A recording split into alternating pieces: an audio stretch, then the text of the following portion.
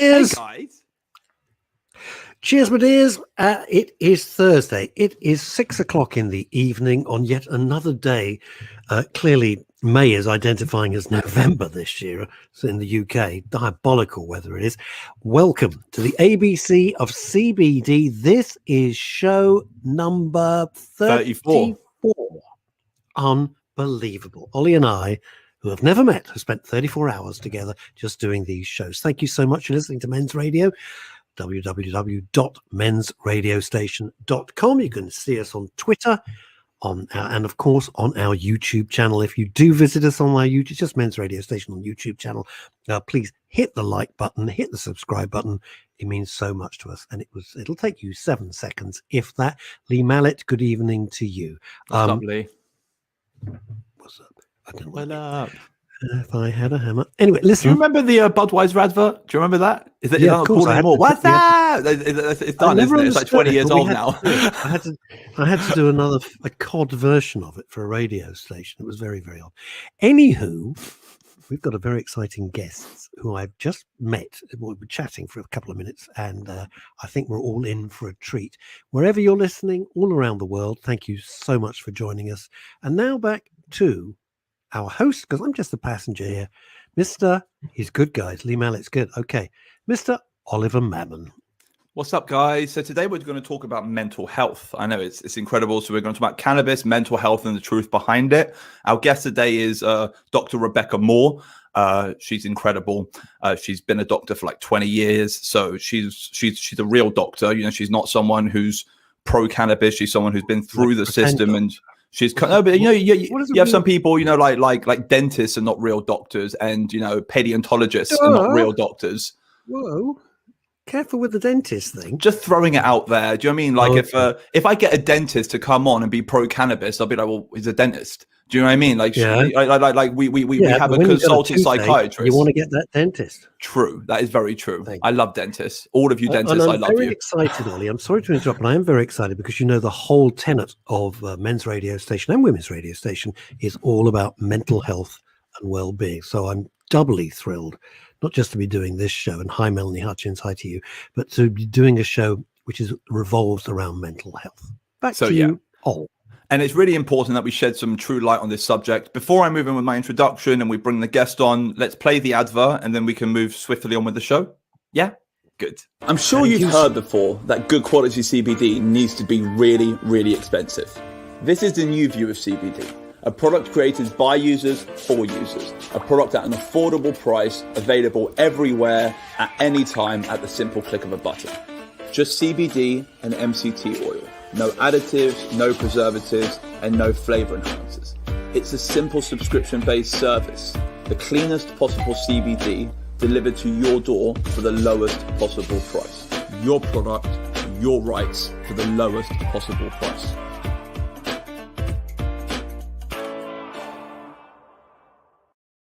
I always love the look on the guy's face. He opens up the box and you think, ooh, like there's a magic charm inside. I just realized something new. Russ, did you ever see Game of Thrones?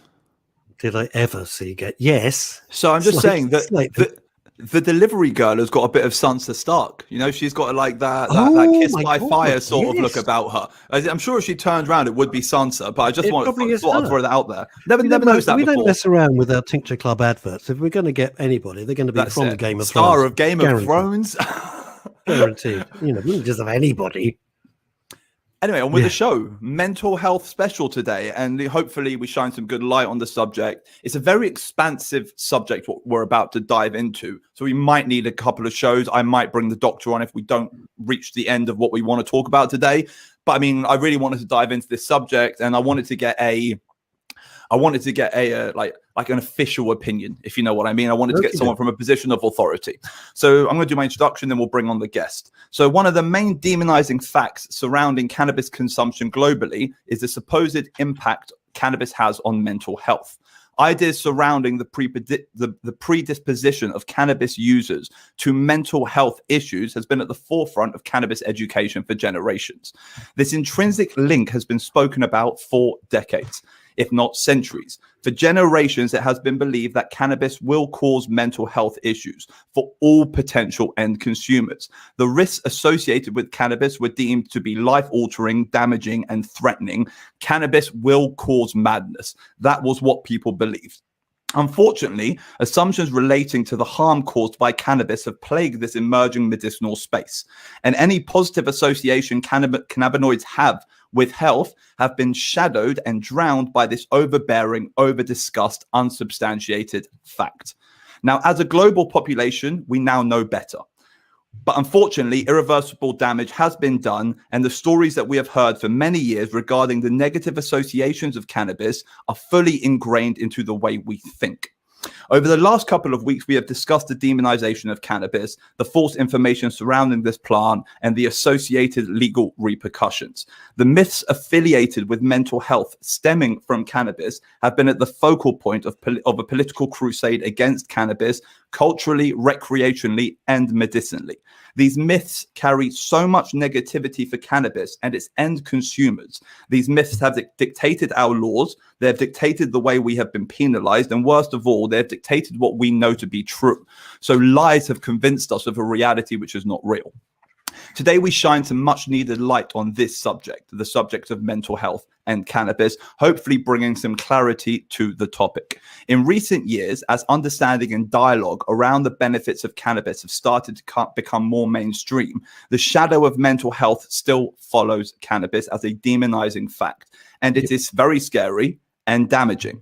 As we discussed with Guy Coxall, a lot of research has been conducted in the field of cannabis over the last 130 years. Some of the research was positive and some of it was negative.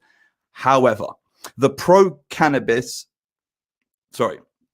was pro-cannabis, some was negative.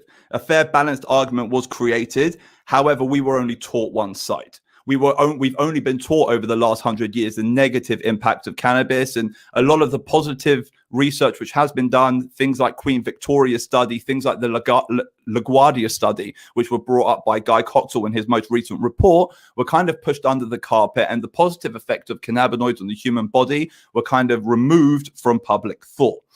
What I can't understand is why this positive research and pro-cannabis information was completely ignored. I understand how it was ignored, but I don't really understand why it was ignored. The issue is years of negative bombardment can do a lot of damage, and it's time to reverse that. Doctors are now trying to correct the list of errors which have been instilled through cannabis demonization, trying to correct false information, trying to educate a population, and trying to promote a system where cannabis is not being demonized, destroyed, and ignored. It's easier said than done. The current medical curriculum, so the curriculum which medical students are taught at university, still deems cannabis to be detrimental to end user consumption. Doctors are still telling patients that cannabis can kill them, as we heard from Philip Anthony Bevington, the gentleman who suffers from kidney problems. He went to see his doctor, and his doctor's like, "You can't take cannabis; it will kill you." Even though cannabis is now a legal. I'm sorry to interrupt. Ollie, the reason I'm laughing, and for those of you joining the show, hi to Lisa Janes, Mary Jane Podmore, and Lee Durnford. Hi, Lee, you and I have got to talk. Is the reason I'm laughing about Tony Bevington is this. So he went to the doctor. If you're listening to the show and you haven't heard this before, he went to the doctor. He's 81 years old. He's horribly ill. I mean, horribly ill. The doctor, with not much bedside manner, says, "You're going to die." And he says, "Well, I'm thinking I might go and take some cannabis medicine." He said, "You can't take that." And Tony Bevington at 81 says, "Why?" And he goes, "Well, it'll kill you." He said, "Well, hang on, 3 minutes ago, you told me I was going to die." There you go. So even though cannabis is a legal prescription drug in the UK, it's still demonized by a lot of medical professionals. And the majority of doctors are not changing their historic outdated tone. Today, we're joined by Dr. Rebecca Moore, a pro-cannabis consultant psychiatrist. So she has done a lot of work with mental health. She's been a doctor for 20 years, and she's been involved in cannabis for 2. So the majority of her medical her medical practicing career has been spent not dealing with cannabis. So I think it's very important we all know that she spent more of her life not dealing with this plant than she has dealing with this plant. Her view on cannabis is a lot more modern and realistic. She is more advanced in her methods than a lot of her colleagues, and she actively works with a wide range of patients, treating them with cannabis. I'm sure Dr. Moore sees problem in the broader medicinal system in the UK and the views regarding cannabis, and hopefully she's not afraid to speak up on today's episode. I think she's going to enlighten us all and basically give us all an education which we really very much need. So let's bring on our very special guest.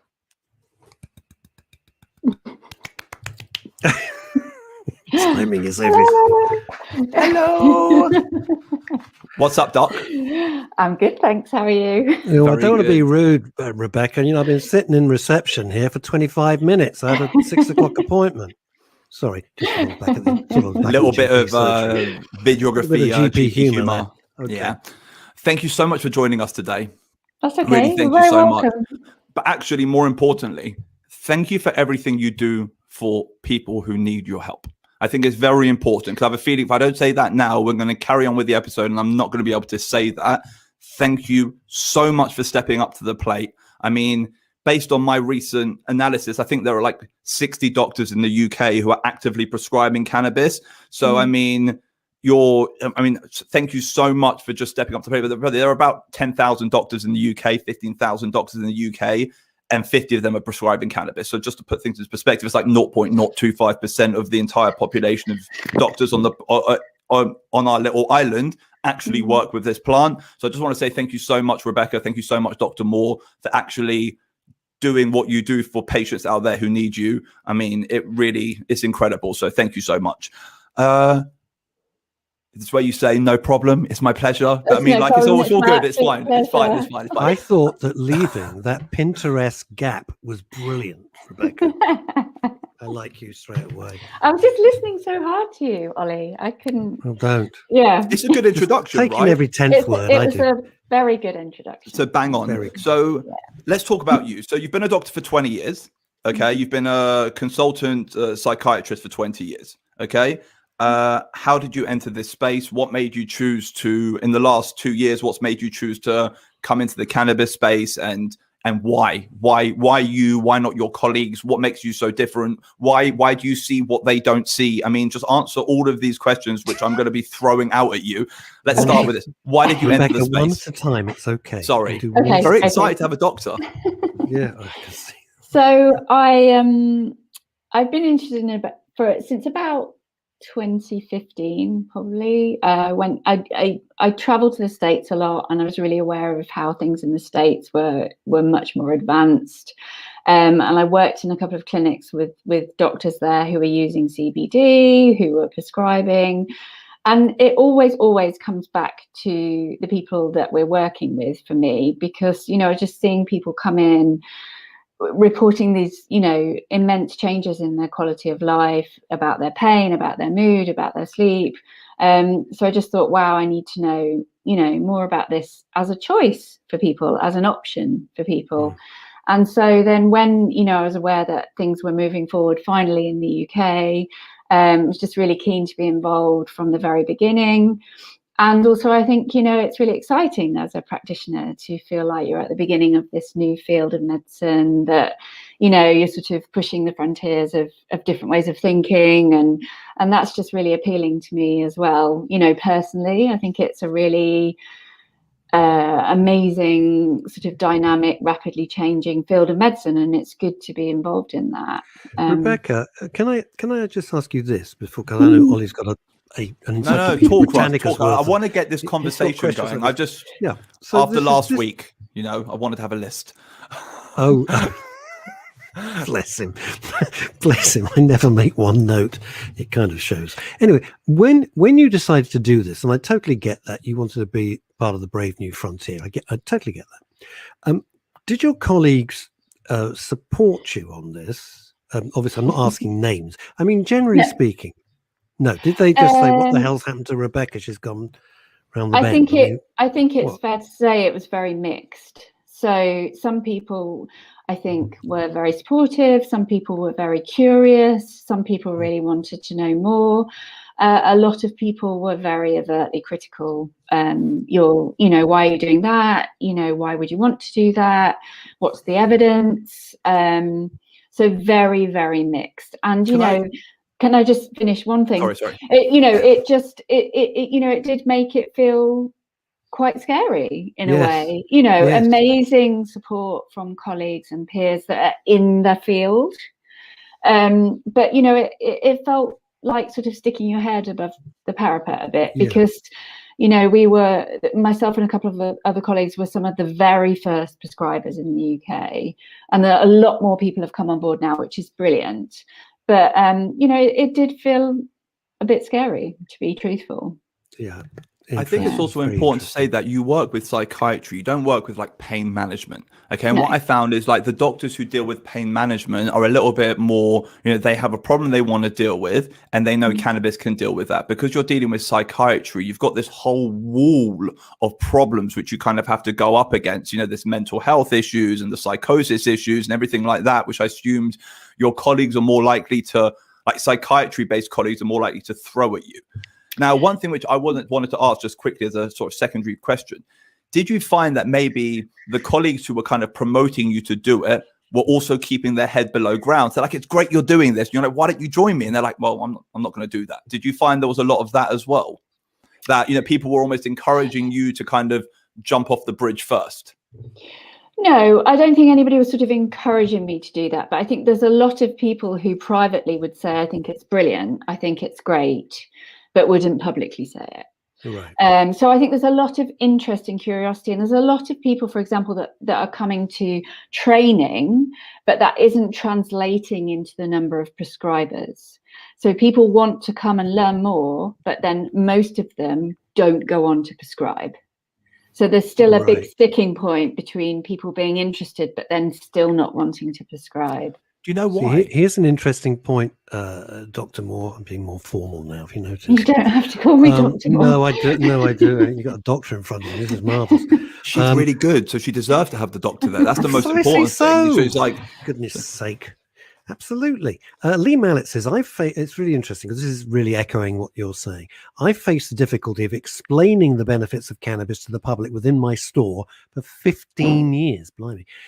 It's truly like banging your head off the wall, trying to get one person at a time to see things in a new light. And sometimes, Lee, and I'm sure our guests would agree, it does take one person at a time. That's what it takes. If you're going to do it that way, that's all there is. Don't have an alternative, And I think a lot of people's, position on it comes with no education behind it, and just this sort of view that, it's an illegal drug, it's bad, it's going to cause psychosis. But then actually, when you start to explore that with people and talk to them about it, I think most people are really open to shifting and saying, oh, I didn't know that, that's been really helpful to have that conversation. But there's a lot of work to be done around educating medical professionals. So Rebecca, where did we get? You see, I know nothing about this industry. We've done 34 shows now, so it's a huge educational rocket ride for me. Ollie's in the industry. Where did it start from? That if you take this, two things: one, it's a gateway drug, and in about 5 minutes you're going to be sitting in Covent Garden shooting up heroin, and two, it's going to affect you mentally. Where did all that, and I've asked many guests this, and I'm very interested from a professional viewpoint. I mean, I think for the latter one, probably if you look at a lot of the studies from sort of the 60s, 70s, 80s, the overwhelming narrative was that cannabis is a cause of psychosis. And it wasn't any more detailed than that. It was assumed that there's kind of this linear correlation, that nothing else was really explored or going on. And, there is absolutely a small proportion of people for whom cannabis can make them more psychotic, but it's a small proportion of people. And, for example, I did my training in South London at the Maudsley, where percentage-wise of the population, a lot of people use cannabis, and it just has never translated into if we've got this many people using, we would expect then to see this, you know, reams and reams of people being psychotic, whereas in reality we don't see that. So there isn't a direct correlation. You know, there is more. Of course, it's much more nuanced than that. It's about genetics and you know, your diet and your environment, and there are a million different things that are at play, of which cannabis is one. But, you know, I think the view held within psychiatry for a very long time was very much that cannabis is all bad in relation to your mental health. So interesting. You are supporting everything that Ollie's been making this very point with the statistics. If you have X thousands of people using cannabis, you'd expect it to be like The Walking Dead out there. And it's not. So something's amiss. What I don't understand, Dr. Moore, I like Dr. Moore. It sounds fantastic. It's good. So what, good. what I don't that. understand is how come. So you were in a system for 20 years where you're being bombarded with the same negative information as everyone else. How come you saw through the garbage and no one else can? Because now, like I'm always talking about it from a patient perspective, and my whole journey has been from a patient perspective. I didn't start my life in the cannabis space. You know, I started my life in school when I went to university, left university, never ever dreamed in a million years I would ever be able to have a legal cannabis company. Never thought I would ever be involved in this space. So I've come from a different area. So I mean, I've lived it. Now you were educated and you were taught that cannabis was bad, because that's what all psychiatrists are taught, that cannabis is bad.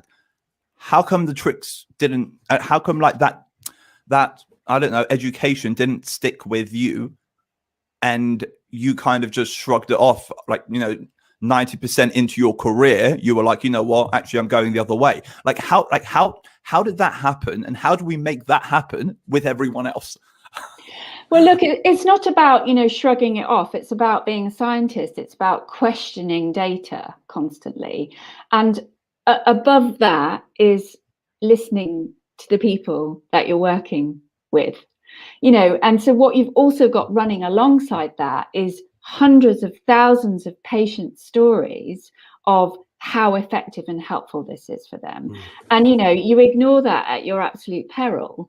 And unfortunately, we have a system where the randomized controlled trial is considered to trump people's narrative, whereas in fact you have thousands of years of data and stories of people telling you how helpful this is for their mental health.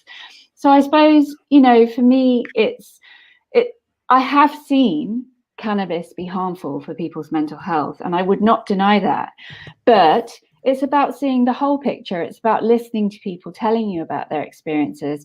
And I suppose, you know, for me also, I have a real interest in trauma and how that shapes people's lives and experiences. And, you know, it's really following the early work of cannabis being used for PTSD and seeing, you know, how effective that could be. So it's all about choice for people, for me. You know, it's not right for everyone, but it absolutely should be a choice for everybody. It should be, you know, we should give people all the options, you know. I love the scientific approach. I love the scientific approach, because there's so much data out there which supports the argument that it's not negative. And it's like, it's so beautiful, because this is what we needed to show. This is what we need to hear. This is what the general population, who only know one side, because, you know, 99.5% of all doctors are preaching one thing and 0.05% of doctors are preaching something else, less even. And what happens is no one really gets to hear what you're saying, Rebecca. Like, no one gets to hear that. And it's the main reason we wanted to bring you on. And it's so important. And you like, honestly, it's fantastic. Thank you so much for coming, because it really is important. Let me ask you this. It is very important, Ollie. You're absolutely right. I'd like to drill down a little bit, if I may. So with your patients, and I'm not asking you to reveal anything that's of a personal or private nature, but with your patients, is the cannabis that you're prescribing, I'm using the word prescribing, I'm assuming that's right, is that going along with counseling and with weekly or bi-weekly sessions and pharmaceuticals, or just counsel? I mean, what's the mix? So it's completely unique to each person. You know, for some people, they're coming in on 6 different medications that to me don't really make any sense. And, you know, you might add in the cannabis and then start to rationalize their medication. The aim would be to get them on less medication. Some people are having therapy as well. Some people are using exercise.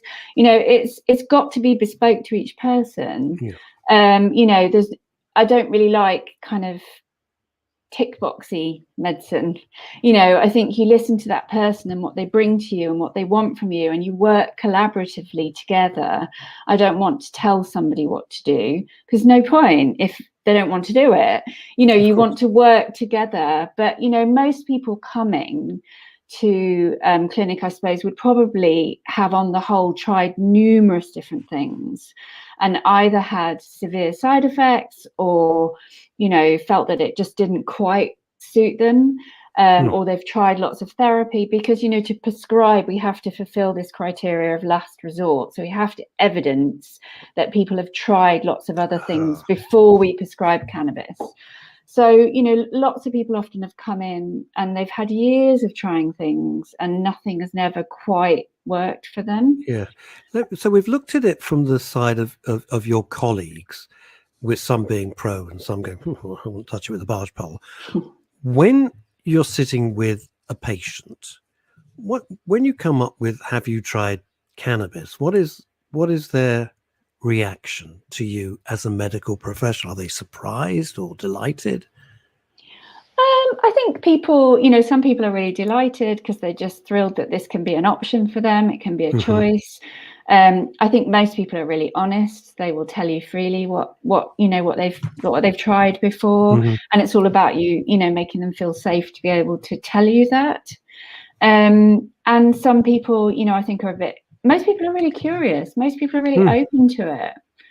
Yeah. And, you know, particularly because, you know, they can use an oil, they can vape, you know, there are lots of different choices within. It's very personal.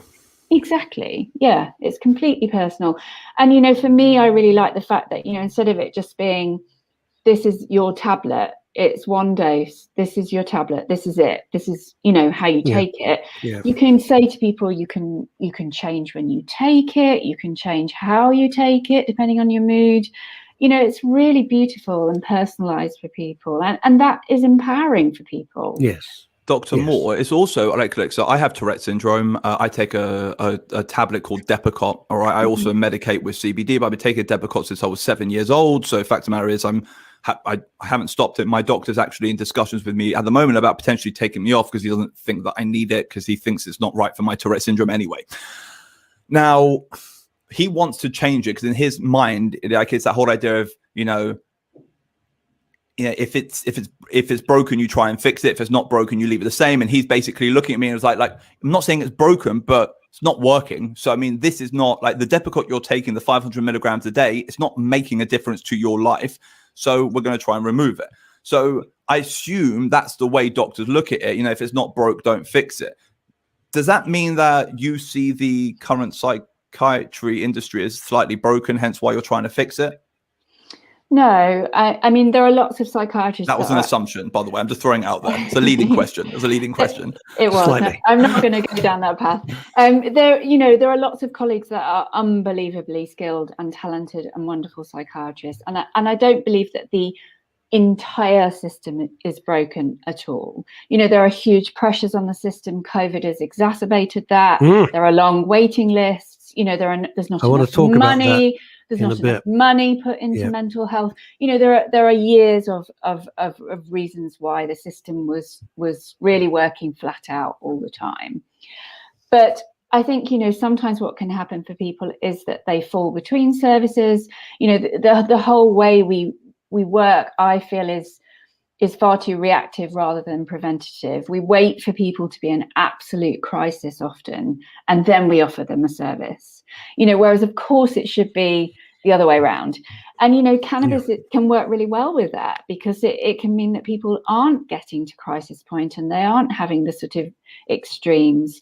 But, you know, the system has some wonderful, wonderful people within it. But I think particularly within the NHS, often things can be, you know, that perhaps you have to follow a certain pathway, and the that's protocol. and that's your choice.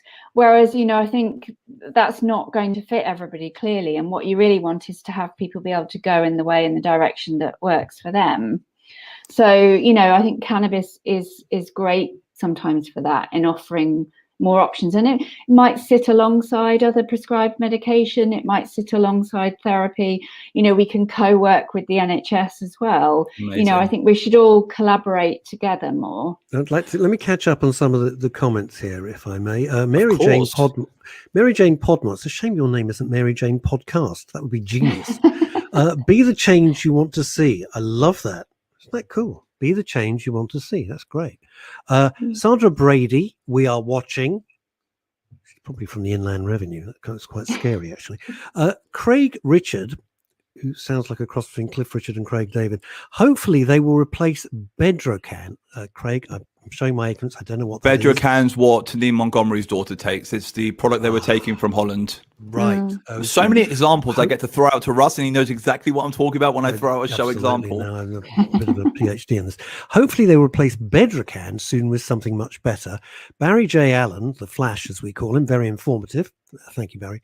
Now, Lee Durnford, who is a terrific fellow, he says this. Now, part of this has been answered by you, Dr. Moore. What evidence has made you and the other GPs support cannabis? I think Dr. Moore's covered that. And Data. What conditions is it mostly prescribed for? That's a very interesting question.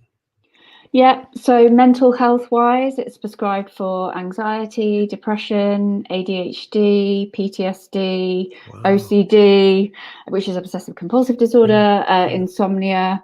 And then obviously the other big ones are pain, epilepsy. It's prescribed now in palliative care for people with sort of end of life care. Yes. And it's also being prescribed, which is really interesting, to support people with alcohol dependence in being able to stop. So loads and loads of reasons why it might be prescribed for people. Because many people don't realise, we've had loads of guests, not on this show, but over the 2 years we've been doing men's radio. And I had no idea, because I thought coming off drugs would be terribly difficult. And of course, all the experts that we've had in when we had the studio and everything before COVID were saying, no, coming off alcohol is infinitely more dangerous and a very hard path to follow. I had no idea. That stunned me. Yeah, and there's sort of growing literature base that actually cannabis can be used really effectively to help people stop drinking and can actually stop craving to drink and as same well. with morphine. Same with morphine, as in exactly. It's all forms of dependency, because it's it's the receptors which are clucking for all of these different compounds. Your body gets to control them. I wanted to ask you something quickly. This is not on my list, but I just thought about this because it's something which I've actually wanted to bring up to a doctor. So most prescription meds which you give someone for a mental health issue do not automatically work. It's like you have to take them for 3 weeks before they start working. Yeah, and cannabis is actually very fast acting. Most people who consume cannabis will feel the effects of it immediately. And even if you're taking a low dose of CBD, if you're a sufferer with anxiety, you will feel that, or you should feel the benefit straight away if you're taking the right dose for your ailment. Have you found that as a prescriber that you get more instantaneous sort of like a more instantaneous communication from your patients who are experiencing relief from the cannabis you give them over a pharmaceutical product?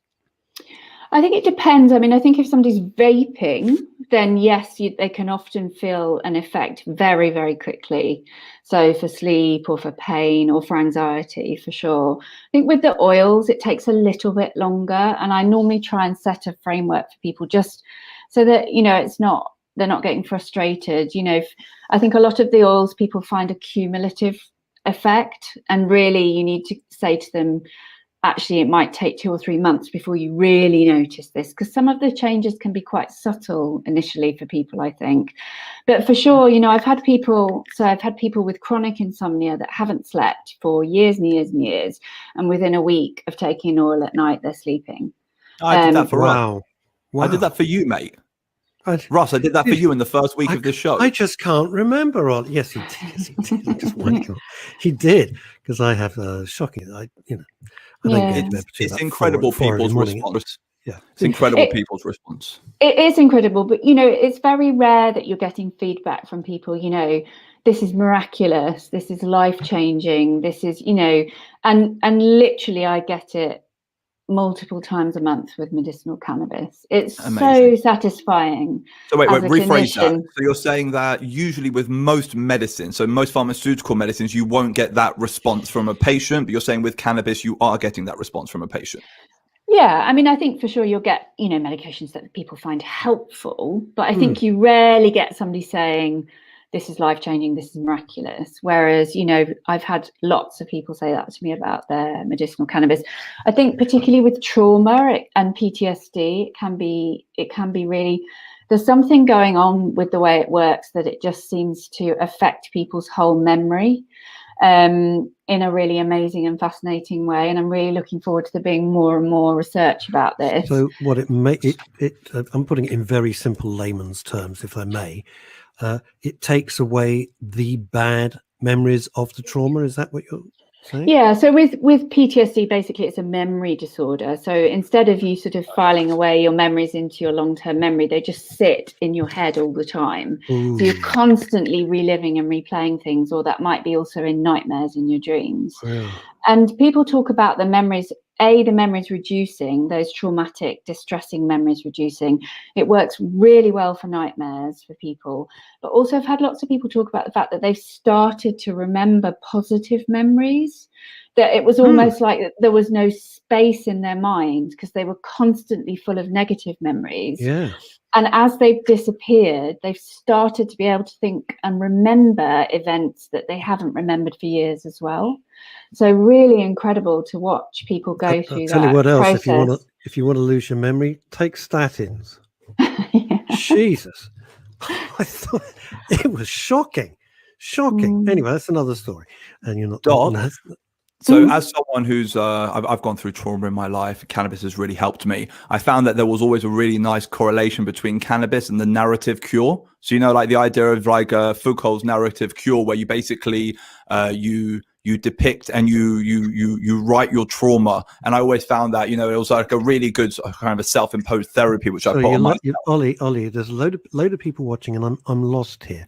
So just slow that bit down, because you're writing down you're physically writing. I'm sorry. So there's this thing called the narrative cure. The narrative cure is when you narrativize your trauma, and what happens is you externalize your trauma onto paper, so you don't have to carry it around with you anymore. So as opposed to the thoughts being here, you put it here, and once it's here, you know it's there forever, so you can kind of release it from your brain. That's the way I kind of identified with it. Now, I always found that, once again, I'm not a psychiatrist. I'm not a philosopher. I mean, it was just my interpretation of a sociological idea, which I picked up along the way.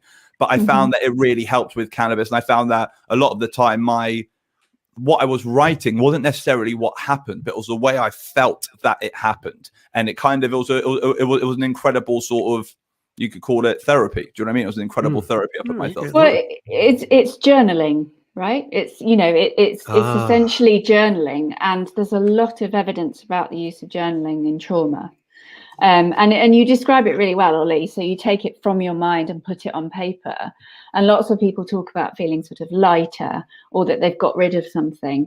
And you know, it's also a lot about trauma is that sometimes you cannot speak it yet, but you can write it. So it can be really, really powerful for people where they just can't begin to talk about it, but they can write it down. It's interesting you say this, Ollie, because you think that I would be, in our usual relationship, taking the mickey out of you. But of course, my first book, which is called Shout at the Moon, which is an autobiography, it was completely cathartic because it was all about the events with my wife's cancer. So I get that. And also, I hardly remember it because it's all in the book. Right. What was I going to say? Right. My next question, again, if I may, Dr. Moore. Do you like the way that we flip between Becca and Dr. Moore? I do. Yeah. Okay, keeps me on my toes. Because we're so impressed that you're a doctor. We're so excited because we could. Every so often we forget that you're a doctor and we're like best mates now. So it's like, what's up, Becca? We're pals. You know what I mean? we're off to Weatherspoons. Anyway, so then we'll be pals. I'm just gonna ask the question. All right. Is there any evidence that once you've prescribed some sort of cannabis medicinal use, that it's addictive? No. See, that's fascinating to me. That is fascinating. And it's unbelievably safe. You know, if you compare cannabis to every other sort of prescribed drug, particularly pain ones, you know, the risks are much fewer. Well, I was on tramadol, so believe me, you are preaching to the converted. Wow. So important. And the quality of life scores. Why do doctors not say this? You're amazing, doctor. You're amazing. This is exactly what listeners need to hear. I mean, like, it's like, honestly, it's blowing me away, because I'm just like, why does no one else say this? I'm just like seeing, I've been waiting 35 weeks for someone to say this. So thank you so much. So what I wanted to ask you, do you want to talk more about PTSD? Because we've got 20 minutes left, and I want you to kind of, can we just ask, there is a very good question here from Lee Durnford, who's been so supportive of men's radio stations since the beginning. Thank you, Lee. He's not in the medicinal field at all. He's got huge sort of industrial well, he's a very, very clever fella. Given that and this is addressed to you, given that you're so obviously so supportive of medicinal uses of cannabis, are you aware of any industry drives to roll out its use further across the UK? Is the DOH, Department of Health, looking into it at all? Good question. Yeah, really good question. So, you know, I think, you know, probably as you discussed and know, at present, it's sitting within private medicine. It's not within NHS medicine, sadly. I think things like Project 21, which is like capturing a big data set of people using cannabis and is linked with the Royal College of Psychiatrists, is a really good starting point to kind of, you know, collect a lot of data, and then also sort of have it tied to a Royal College, which brings it some sort of authenticity within the medical field. Gravitas. A little bit of validation. Exactly. So I think that's really, really helpful. And I think hopefully that will, you know, drive change. I think the Department of Health has looked at it, and, you know, the NICE guidelines have changed slightly for some conditions. And there's definitely been, you know, people have thought about cannabis, but really, you know, it's been very cautious in terms of what's been suggested, and nobody's really outwardly actively said, yes, go ahead and prescribe. So people have not said don't prescribe, but they haven't said, yes, this is a valid and good choice for prescribing. So it, you know, it leaves prescribers in a difficult place. Which is why it's sitting within private medicine still. I really, really hope that it comes into the NHS system. I believe it will, but I don't believe it will be quickly, unfortunately. I think it will take time. Are they... See, because it's been so taboo, and I thank Ollie for my education on this over 34 weeks, right? Yeah. So my view has substantially shifted, and then when we get a guest like you, so eminently articulate and well versed in your field, it adds enormous kudos to the whole. It's not even about the well versed; it's so authentic. No, that's the word. Like, I mean, it's authenticity. I mean, that's what we're getting right now. We're getting an authentic view of someone who works in the medical industry, who hasn't come into it to work with cannabis. So she was already here. Yeah, precisely. So my question really is, what is the big stumbling block? Now, so many of Ollie's guests, I'm just going to put a preamble here, is that they say, well, it's the pharmaceutical industry. They're going to lose billions because there's no money in making people, this is the party line, there's no money in making people well, because once they're well, they don't need you, right? So we want to prolong it. I think that's definitely part of it. I think there's a huge amount of caution within the medical field of wanting to rubber stamp this as being something that is good to go without there being lots of scientific trials and data to back it up. So, you know, some of the very senior medical advisors to the government are very cautious about cannabis, and they are just slowing it down. And they want randomized controlled trials to prove the efficacy of cannabis and the safety profile of cannabis, and we don't have those yet. Nowhere in the world has that. No, like, there's not one country in the world which has legalized cannabis or medicinalized cannabis which does that. You've got systems from Canada, America, Germany, Israel. Not one of them has a standardized system of medical cannabis supply. It doesn't exist. So what I'm trying to understand is, like, are they trying to create something which is physically impossible to create? And have they set up is there a mountain to climb in order to get to the other side, but the other side doesn't exist? What you're saying is, has it been set up to fail? There we go. No. So much simpler than what I was saying. Such an easier way of saying it. I'm much older than you, Ollie. I haven't got that much time. That's the difference. I do everything in a rush. I think it is changing, but it's just the pace is so slow. You know, I think the families of the children who have used cannabis for epilepsy, who are some of the few people who actually have prescriptions via the NHS, we owe them an enormous debt for what they have done to campaign and voice this and raise the profile of this. And that's been extraordinarily helpful. We saw a video of a baby, well, toddler. Also, she's really like a little tot, having one of those fits. It broke your heart. Yeah. With one of the, it broke your heart. It was with Tanine, yeah. It was just like, Tanine, yeah. Oh. And then brilliant. What Hannah Deacon's done is incredible. You know what I mean? Like she's always on the forefront fighting for other people. And then you've got, like I said, we had Callie Blackwell on the show a few weeks ago, and her story. I mean, but just the amount of energy people have had to take into their own hands to basically, save their kids. It's incredible, but it's also quite sad that they've had to do it alone. Do you know what I mean? It's horrible. It's horrible. Yeah. Their stories are epic and heartrending, to be honest with you. Let's cut to the chase with this, Dr. Moore. What is the worst downside that can happen if someone is prescribed cannabis medicinally? What's the worst? In terms of side effects, you mean? Well, in terms of kind of, anything. Russ wants you to say that someone can die. That's what Russ wants you to say. I don't. No, Ollie, I don't. I mean, the worst thing for me that I don't like for people is the cost for them. I hate that this is this great, safe, reliable treatment, but they have to spend hundreds of pounds. And lots of people that I'm working with, can't work because of their mental health diagnosis. Is it the actual cost, or is it I'm going to be, crude. Is it the bumped up cost? What would the raw cost be? Cannabis costs nothing to produce. Well, I mean, cannabis costs about 30p a gram to produce if you're producing a high quality medicinal grade cannabis in somewhere like Israel or mass production or Germany or Canada. You're looking about 30p a gram, about 300 a kilo. Okay. Right. Street price is about what's 7 divided by 3? 20, 2,100% markup minimum, a minimum of 2,000% markup.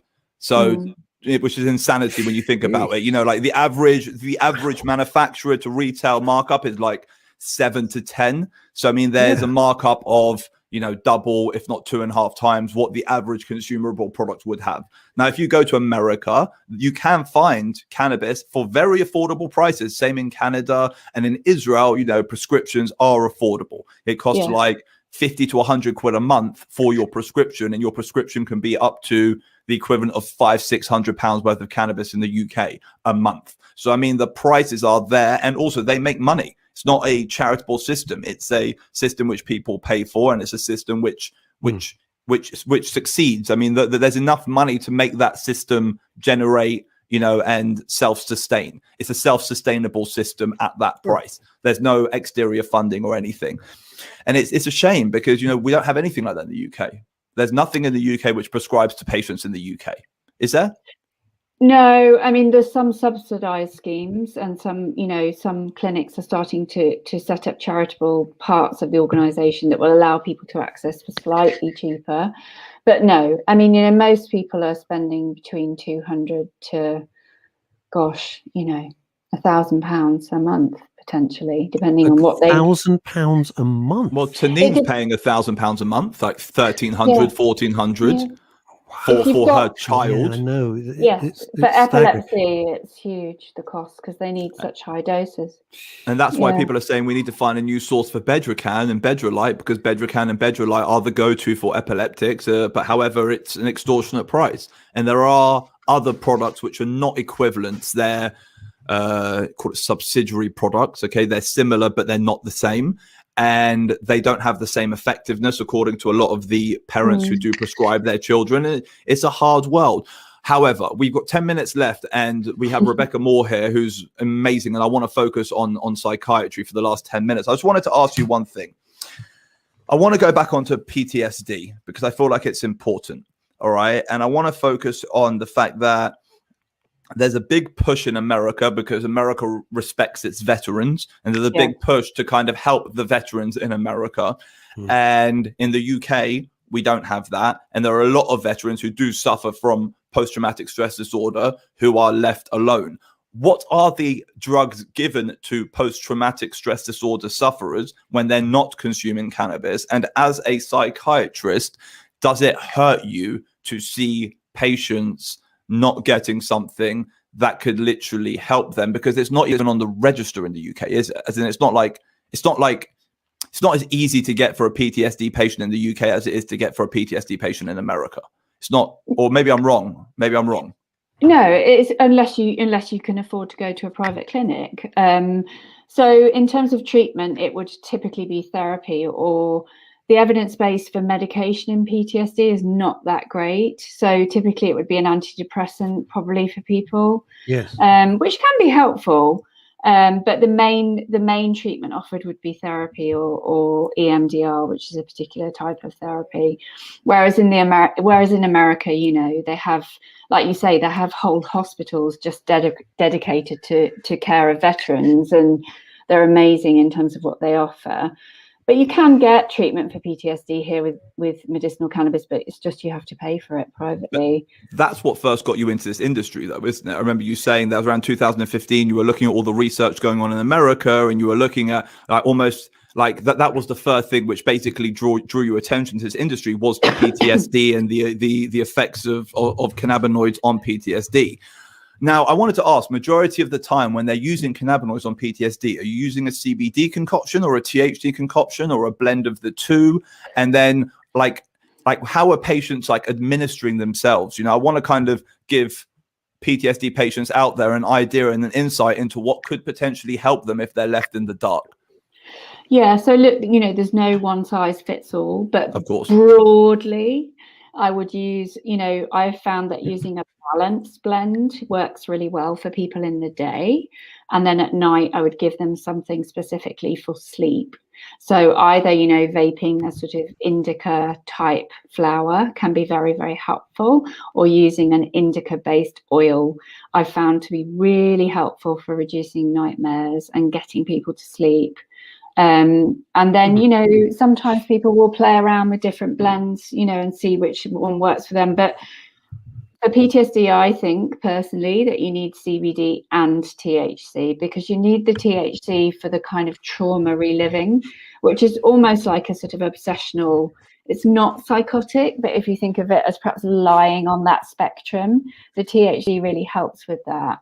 And the CBD, because obviously people with trauma are really anxious. They're constantly on edge. They're constantly waiting for something else bad to happen. They're scanning for something else that might go wrong. They're waiting for the shoe to drop.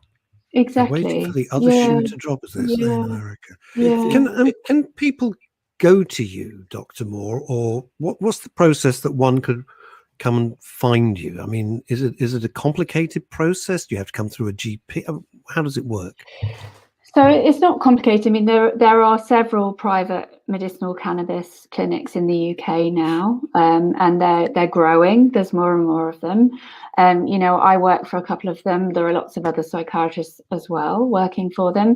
So people can look online and find a clinic that's near to them, although most people are still doing remote consultations. And then they can self-refer themselves, but they just need to also let their GP know that they're coming along, and also share their GP records so that we can have a look at what's been happening for people. But the clinic will help people with all of that. They don't need to worry about doing it themselves. The clinics will help people through the process. Okay. And is there a huge wait? I'm just thinking, because with the NHS, bless them, they're under such pressure. And with the COVID and what we've been saying on men's radio station is the mental health fallout from this, we've been saying for a year, is going to be horrible. Yeah. Just plain horrible. But what is beautiful is people are willing to talk about it more. So I mean, being a 33-year-old dude who's always been very open about the fact he suffers from mental health issues, I've always been the odd one out in the room. Now I just fit in. Like everyone's so screwed up. It's kind of nice. I'm like everyone's, you know, like everyone talks about it. And the best thing is when I now talk to my friends about the fact that I'm suffering, they're like, yeah, I'm suffering too. I'm like, yeah, it sucks, doesn't it? And we kind of bond over the fact that we're all in this boat together. And I'm not saying it's beautiful, because if I could choose to still suffer and they'll be fine, I would choose that. But it's nice knowing full well that I'm not the odd one out in the room. And it's nice that they know they've got someone to turn to. Because, you know, when the world starts to suffer, it suffers together, and then you're not suffering alone in silence. And I feel like that's one of the biggest issues with mental health, is we suffer alone in silence. You know, it's really easy to lock ourselves away and tell ourselves that, you know, what we're going through isn't real, and, you know, everyone else is okay. So, you know, like, what's the word? Like, be strong, you'll be okay. Well, you don't have to be strong. You're allowed to feel what you're feeling. And I feel like COVID has enabled people to kind of share that. And also places like mental health and areas like mental health have become so much more of a talking point. Even Russ was saying the radio station has always been mental health focused, but it's booming now on that subject. That's all you guys talk about. And it's incredible. It's incredible. Well, I'm not taking the mick out of Phil, Dave. But the thing is this. There's huge waiting lists. Before COVID, even if you were really, really depressed, there was about a 6-week waiting list if you were lucky. And please be very clear to everybody listening and watching around the world, and to you, Dr. Moore, I'm not being critical. You can't help it.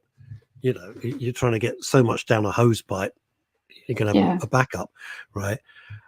That number must be rising. Okay, I mean, 4.2 million procedures adrift at the moment. 4.2 million. You're never going to catch that up. 10% of the population, isn't it? It's physically impossible. It's 10% of the people. What's the sort of waiting list with yourself? What would that be if somebody had a problem? They could come and see you for a private appointment clinic. I mean, there's not enough hours in the week for me to see as many people as I would want to see, because this is also only one part of what I do. You know, I don't do this full time. So, you know, there are waiting lists for people, but, you know, of course we always try and see people as soon as we can. But, you know, I don't work in this field full time. I do other things as well. So, you know, why don't you work with us full time? Why are you part-timing us? No, I got a question. When do you reckon you're ever going to leave the other side behind and be full-time in cannabis, or are you always going to have both toes in both sides? Are you always going to have a toe in each side of the water?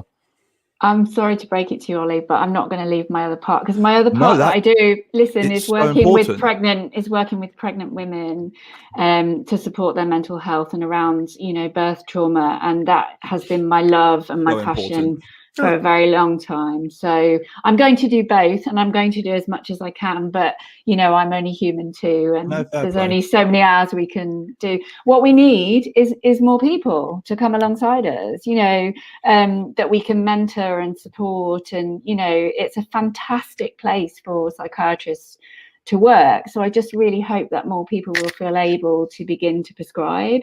And I think, you know, the moment you do, you see so many positives and hear so many amazing stories that it just hooks you in, and you just want to be in that field. It's incredibly.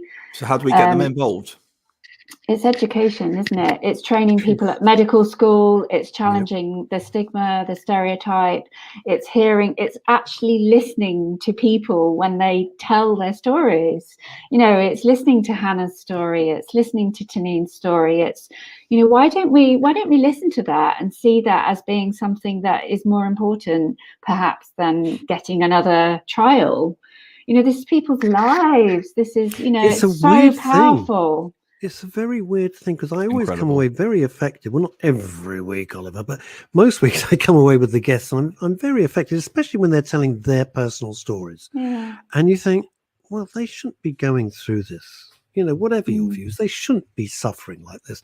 And when it involves children, it is, you know, it's hardcore. And the annoying thing is, it's so easy to jump on the bandwagon. I mean, like, we're sitting here with Dr. Rebecca Moore. she's a normal person. Do you know what I mean? She's like I'm saying like I didn't know what I was expecting. I'm thinking if she's pro cannabis, she's obviously going to be a bit, you know, but you're a real normal doctor. And I just still can't get my head around why you've jumped over the fence and others can't and others won't. And you're right, it's an education thing. And everyone has to be in the vanguard. You know, some people need to be in the vanguard of any movement. And obviously Becca is in that vanguard. She feels passionate about it. It's incredible. You could say, why isn't everybody doing radio shows about mental health? Because they're not. Yeah, so we've developed 2 radio stations just for that. You know, you make a decision. You have been, I'm speaking on behalf of Ollie here, you've been one of my absolute favorite guests. Just incredible. Thank you. No. Thank you for your time. Thank you for being so eloquent. Thank you for being so articulate, for putting across very complicated concepts in such a very clear, easy to understand manner. It means so much to Ollie and I, and it means so much to our listeners all over the world. I can't believe we're out of time. Thank you again for joining us. Thank you, Ollie Mammon. Always a pleasure, never a chore, as they say. We'll be back, God willing,